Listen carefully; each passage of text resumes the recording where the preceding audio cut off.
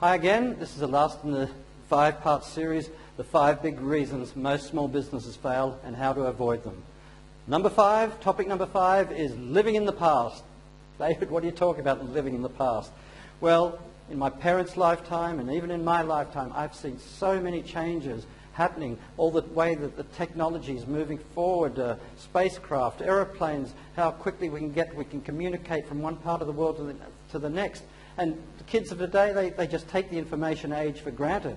Well, that hasn't always been like that. And really, the education system can't keep up with the changes that are happening there and affect your business, small business, every day of your life. Now, is it really freeing up your life? How often are you using the email system? How much is it putting a drain on your life, answering all these emails when it was supposed to give you freedom, give you more than you had before, and it's really a burden. What we need to do is not be technophobic. So part 1 is technophobia, really having a fear of the technology, not embracing it, and to do so is really at your peril. How can we move forward? Well, we don't always have to do the work ourselves, but what I suggest, and if you look on my website, I've got somebody by the name of David Kavanagh that I've worked with.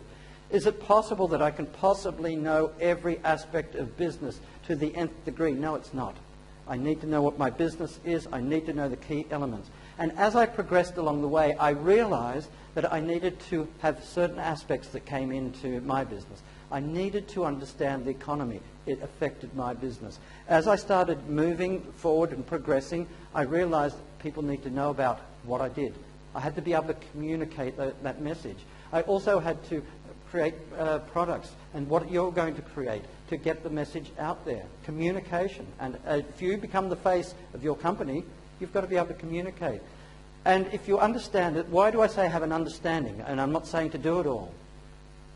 Because people are going to come and give you quotes, and you don't know if it's really technologically sound, you don't know if it's financially sound, what they're offering, you just don't know. And if you don't know, you'll simply, and I've seen it, you'll just write out the check, and you'll just keep writing out the check because you've been hijacked.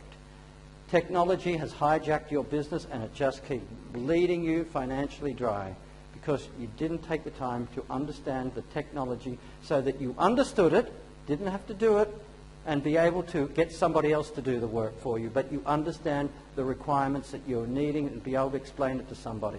It is so important. If it's not you, somebody in your small business organization needs to take that role. Technophobia, that was part 1. Part 2 is communications. I did a survey recently amongst property investors, and I say property investors are small business owners, and the same with any small business. Do you guess what was number 1? I thought it would have been financial problems, but it was really marketing problems. Marketing meaning communications.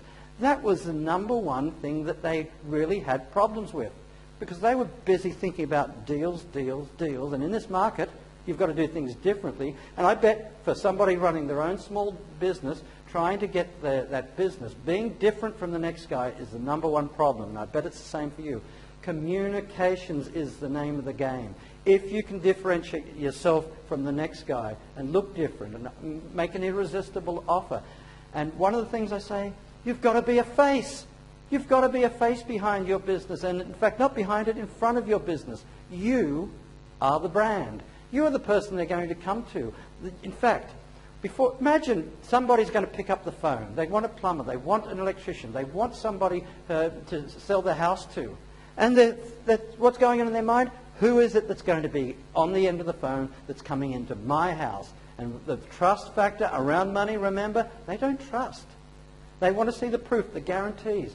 And so if you can brand yourself and you become the logical choice because they've seen you, met you, because you've given them a means through the technology to see you and sample what you can do, they are more likely to want to do business with you. And this is the customers, the third-party endorsements that I keep talking about, branding you as the business. Okay, show them the proof. Do what you've got to be able to talk the talk, walk the walk, and show them that you are different. Now, I had a customer, a plumber, recently. Plumbers, when you go to 90% of their websites, guess what you're confronted with? A tap or a shower head. Do you want to do business with a tap or a shower head? And below there was an 0800 number quite often. And we were going to do this. And Mr. S and Mrs. J from all these places unknown were giving their testimonials. you've got to get real testimonials, you've got to get the proof, break the communication, point of difference, give the guarantee, and that will make all the difference. Separate you from all the rest. And that's why I worked with people like David Kavanagh, because he showed me how to do this, how to delegate, and that's what I need in my business, like you. And the last thing, point number 3 before we finish up, meet the masses. The internet is there. You've got technology like the websites. You've got mobile marketing so people can find you. They can see what you're doing. You get out to the wider world, not just in your own backyard, but further afield. And therefore, you've got access. Just don't think locally like we may have done before. And you can be accessing so many people. Why is it not possible that you could introduce what you're doing to another business partner, show them how to benefit, do a joint venture relationship, how you can reciprocate between each other. Use the technology. I've got a fellow by the name of Stephen Esser on my page. Go and have a look at what he does.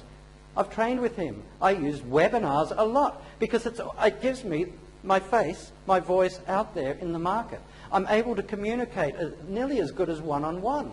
When you can communicate as effectively, and it's real and it's a natural environment, people will do business with you. Point of difference, most local business don't do it.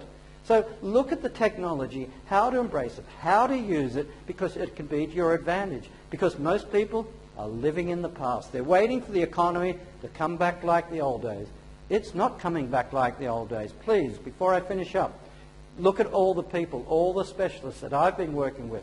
And does it make sense how I've got to have the understanding, put the whole package together, and therefore, with all that knowledge that I've acquired over the years that you need to go through yourself, that I can just replace the business in a box at the very top because I've got the skill set, I've got the outsourcing team, I've got the contacts, and that's what you want. You know what? I'm going to give you a bonus day. I'm going to give you one more, the things, how we're going to move forward, what you've got to do. I've told you about the things that you've got to watch out for, the things that to avoid. Let's move forward. Let's start putting a plan in action for you to move forward in your business. I'm coming back tomorrow. This is David Lee. This is the 5th in the 5-part series, but I've got a bonus day for you tomorrow, just for you. Please be on that one. I'll help you move forward with your business. Thank you.